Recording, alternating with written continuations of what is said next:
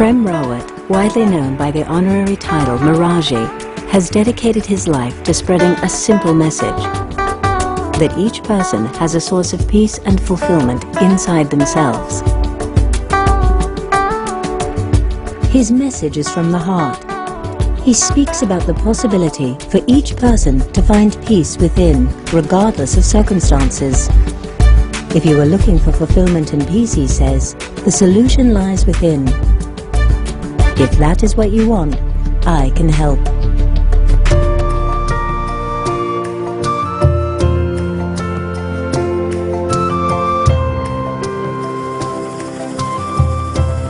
During the last 40 years, I've been traveling around the world, reporting on the customs and traditions that give meaning to our lives.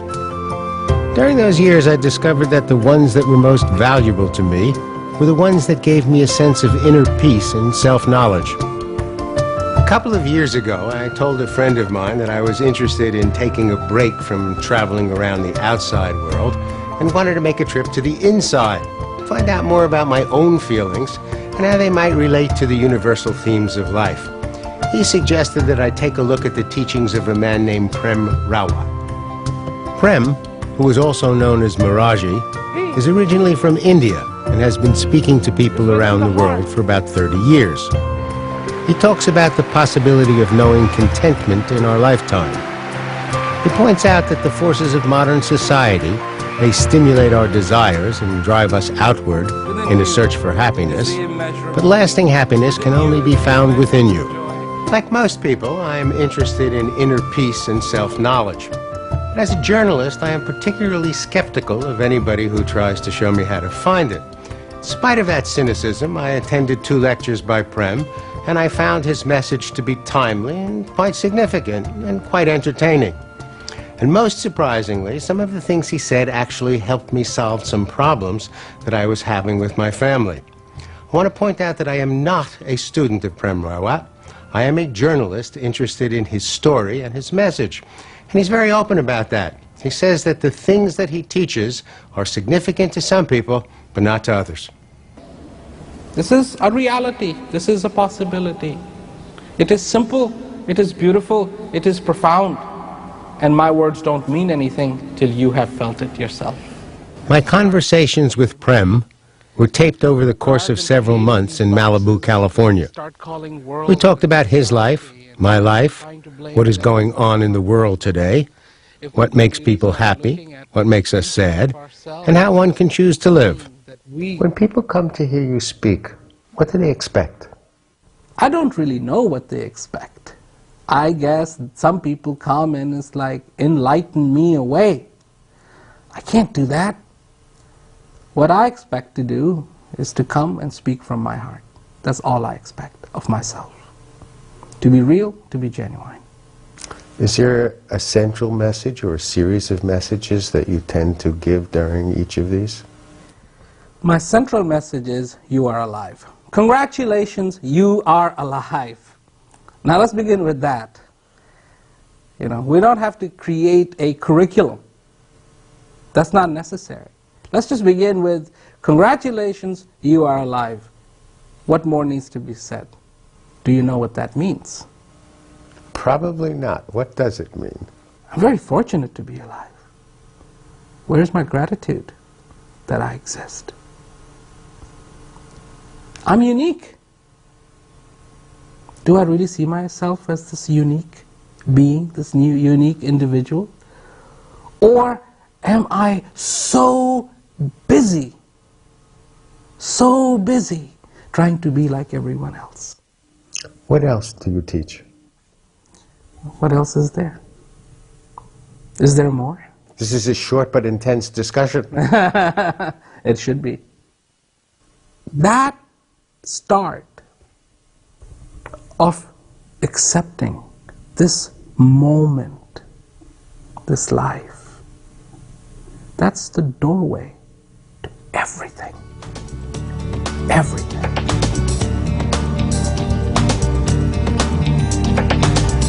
Today is the day every one of you has been waiting for.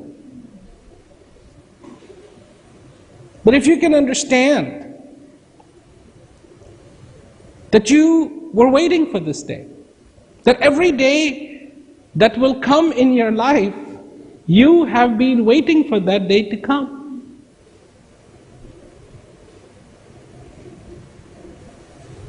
And if you can understand this, then you will not judge this day by what happened in it. You will judge this day by what you were able to dig out of this day. It's a lot easier to sit there and wonder what's going to happen tomorrow. Want to know the future? Wait. It'll come to you. It's headed your way. Have patience. We don't have patience. We want to know what's going to happen tomorrow. Tomorrow is never going to come. Because every time tomorrow starts to come, it becomes today. Today, we're not interested in. Because today is dedicated to tomorrow. Pay attention to today is what you're saying to me now. Even more than that. Because today comes in this moment called now. Pay attention to this moment called now, and you will understand what you are all about. You look at a river, and if you were to journey up that river and keep going and keep going and keep going and keep going, you'll get to a point where you will see not a river, but a drop. Very gently, very slowly, filtering through all the soil, all the rock, or melting of a snow, coming to a pinnacle, waiting till it builds, and then dropping. Drop. Drop. And drop. Never any faster, never any slower. Drop. And all those drops come together and form this mighty, mighty river. Looking at the river, you can't imagine its gentleness of a drop, just like the gentleness of the moment called now. That's your drop. That's how this life begins. That's how this dance begins. Mighty power in this world, and a humble drop called now. How do you begin to learn about yourself? You know, all our lives we try to reason. Reason, logic. So many people are living in that reason. So many people are completely indulging themselves every day. Well, now I have done this, so I must be okay.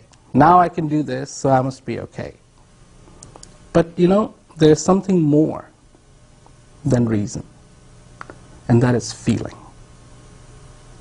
Feeling is far, far more important than reason. Let me give you an analogy.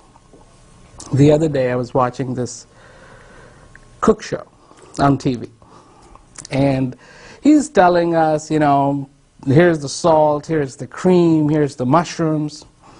And I can sit there and I'm mentally taking notes, right? Then all of a sudden, he does something. He takes his finger, dips it in the sauce, and tastes it. And I'm sitting there going, huh? What does it taste like? Because you just put this thing together. And it's incredible. I can see that. I can reason that much. But what does it really taste like? I don't know that. So if, in a way, we start to look at the reason in the same fashion, that we reason so many things, but what is it really like? What is it really like to experience? What is it really like to feel that? And when I start to acknowledge in my life this one valuable tool that I have been given, which is I can feel. I don't have to reason everything. I can feel too. Then you start to enter in the realm of self-knowledge. Because that's what self-knowledge is going to be. It's going to be a feeling. Peace is a feeling. Happiness is a feeling. Do you think our world has gotten so noisy that we can't hear what's inside? I think it's always been noisy. But now we're letting that noise come in. And we are listening to it. And not only listening to it, but we're sometimes passionate about it. And it's like, oh yeah, I just love the sound of the freeway running by my window. You know, God forbid something happens and all the traffic stops and it's just dead quiet. And that sometimes to people is very scary. She said in a sweet, well, she I look at a child. There is something that that child is getting, for our party tonight. feeling. Like this stuff? No. That is incredible. They just said. And I can only relate to it because I have felt that when I was young myself. It's like, it's fun. Do you think that when we're young, we are in better touch with ourselves? Things aren't that complicated. Things are a little simpler. The volume hasn't been turned up on all the noise outside. It's a little easier to go with the flow, so to say. To say to oneself, I like this. I want to feel this. I want to enjoy this. And that feeling and that enjoyment is enough. The world can wait. I feel it's very easy for people to get lost in the noise of the world, just the way you were describing it. How do you find your way back? Stop reasoning. Start feeling. It's not like disasters and the noise doesn't once in a while get turned up even for that child. But they have a way of feeling. This feels good right now. I'll go with this. This is good enough. This is right. Certain things definitely need explanation, and certain things don't. Science can never explain to you why a sunrise looks so beautiful. There's no scientific explanation. The fact that you have a lot of hydrogen out there, the fact that you have the Earth's reflection makes all the colors and all the... Yes, but why does it look beautiful? Why? Now that you've raised that issue, I've seen hundreds of sunsets. I've enjoyed them. I've never understood why will I walk to the end of a pier to see a sunset. Why do I do that? Because the beauty is within you, calling out to you to appreciate, to enjoy what is enjoyable. It's a gift to appreciate, to be able to enjoy, that one thing, that you are alive. That, what the heart yearns for, that is what I am all about, what you are all about. It seems that there's so little in the world that reminds us to do that. Pick up the newspaper. Issues like this are never discussed. They seem to push you away from yourself. Huh? Because reasoning comes into it. I'm going to think logically out of this. Well, I'm not putting down logic. We all need that. But then you have to know where you get off. It's like going to your friend's house for dinner. You're not going to take the car to the dining room. The car is going to go maybe to the driveway, to the front porch. It's going to stop, and you're going to get out and go in the house. We got to know the difference. How far is reasoning going to take me? And where I need to begin to feel.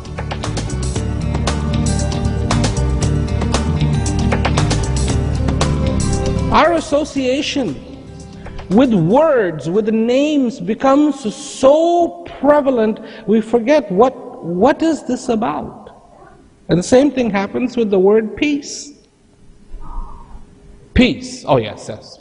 That's a good thing to say. It's a good, politically correct thing to talk about peace. You can't go wrong. Peace, peace. Nod your head. Peace, yes. Peace. Good, good, good. What does it mean? For some people, peace means to have this beautiful lake and beautiful mountains and little flowers growing on it. And some people, this is peace.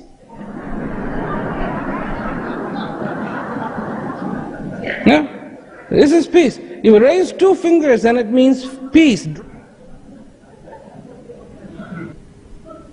But when I say peace, I know exactly what I mean.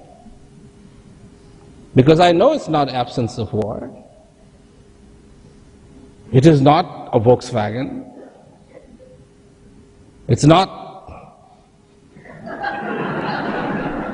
this. It's a feeling. Is there any way I can tell when my feelings are accurate as opposed to false? You will know if you know how to trust in yourself. If you're going to sit there and get caught between reasoning and feeling, there you are touching this object that maybe what's written on this object is caution, red hot, do not touch. You bring your hand closer and closer and you feel no heat and you're going, but it says do not touch. There's something wrong here. It's saying it's hot and I know it's not. What do I believe? Well, I know it is not hot because I have felt it. What you're describing is absolutely accurate. We look outside for all of our confirmations. We become so comparative, you know. It's like, let me compare my success, your success. Where do I stand in relationship to you? All of a sudden, it becomes like a big chess game where you're looking at it and you're going, what is the relationship of the knight to the pawn, to the bishop, to the queen, to the castle? And you're looking at all these. What is threatened? What is not threatened? Life is not a chess game. Life is this beautiful drum of breath that is beating. Life is a flower that needs to be admired. Life is this beautiful fresh water welling from this spring that needs to be drunk and the thirst quenched. Life is offering not a challenge, but a joy.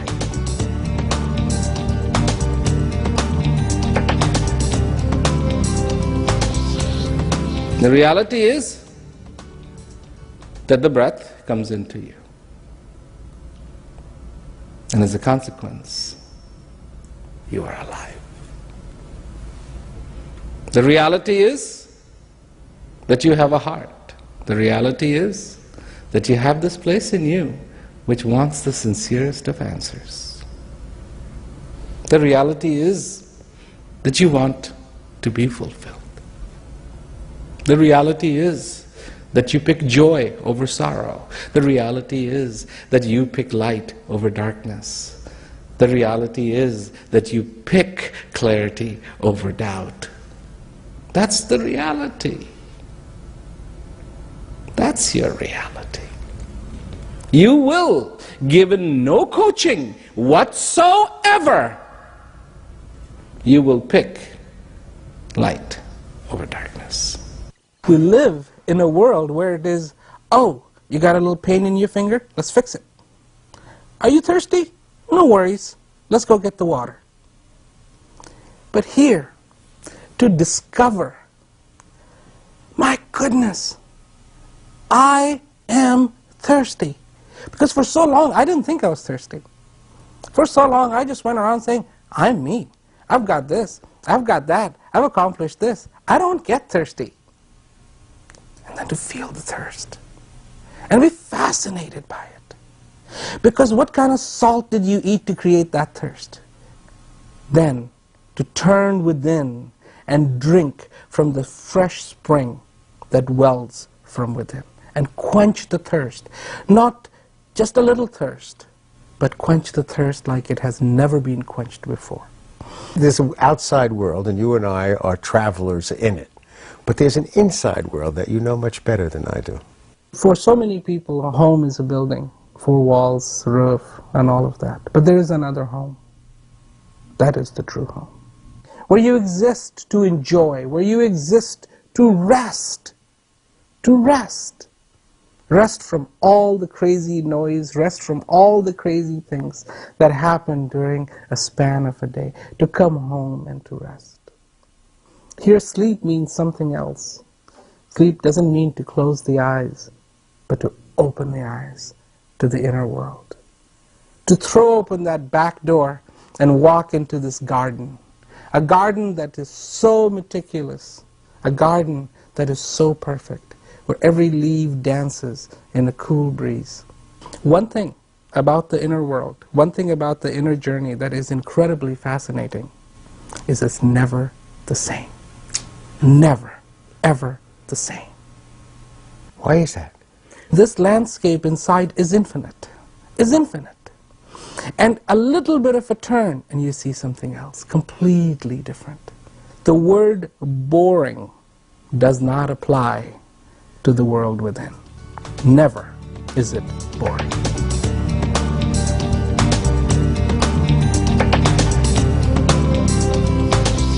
Because what you're looking for is within you. Always has been and always will be. We are human beings. We need to feel, we need to understand, we need to love. We need to love. And we need to love the most lovable. That most lovable is within us. We need every day, every day to feel fulfilled. Excuse me, this is not luxury, this is necessity. I have my wife and 2 daughters in my family, and they like to wear tight shoes. Sometimes. So many times in the evening I've heard them take their shoes off and go, ah. I know what that is, that's satisfaction. It's been bothering them. Ah.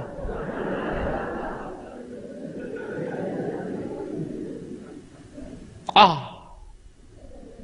This ah needs to come permanently in your life. Every single day needs to be ah. When someone comes and listens to you and learns, they give you an extraordinary thing. Hours of their life that they will never recover. And I feel the same way. If someone sits down and watches one of my television programs, what an extraordinary gift. Our time is the most valuable thing we have. Don't waste it. And so much of our time actually goes in trying to fix things, when it should be invested in us, in that peace, in that joy. Because every moment should feel like it has, whatever it had to offer, all of it has been extracted out of it. That is an art. And if we get good at that art, then that is the day we know we can live. Then that is the moment we begin to feel alive. Prem's boyhood home is in northern India. He recently traveled there after being away for nearly 20 years. Magical place. Always was magical. I grew up there, I went to school there. And people have told me, oh, it's gotten very polluted and so on and so forth. But I got to go back. And I was happy to just look around and see those mountains again. And how magical it was.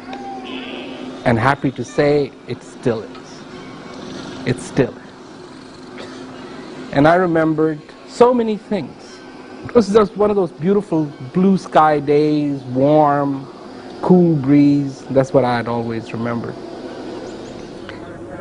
And I was so thankful that what that feeling was to be back, I had always carried it within me. Because it was within me. The whole drama, the whole beauty of being alive was within me. regardless of where I went in this world.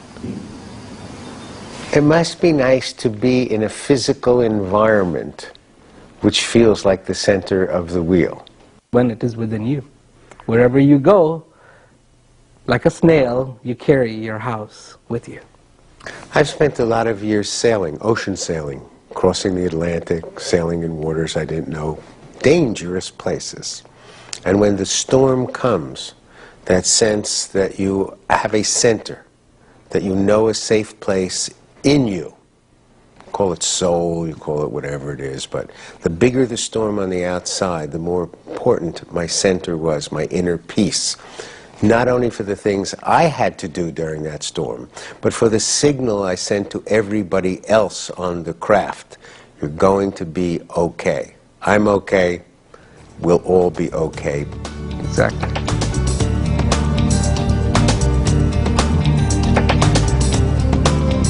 So I need to prepare that no matter what happens, today doesn't just slip away.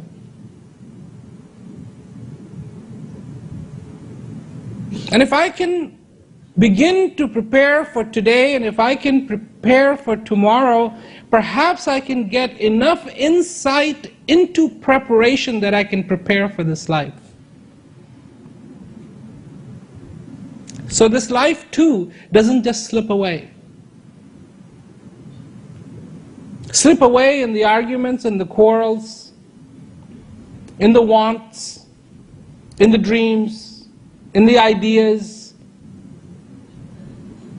but that it remains every day something real for me. As long as I'm alive. Real. Not that I'm chasing after it, but I'm flowing with it.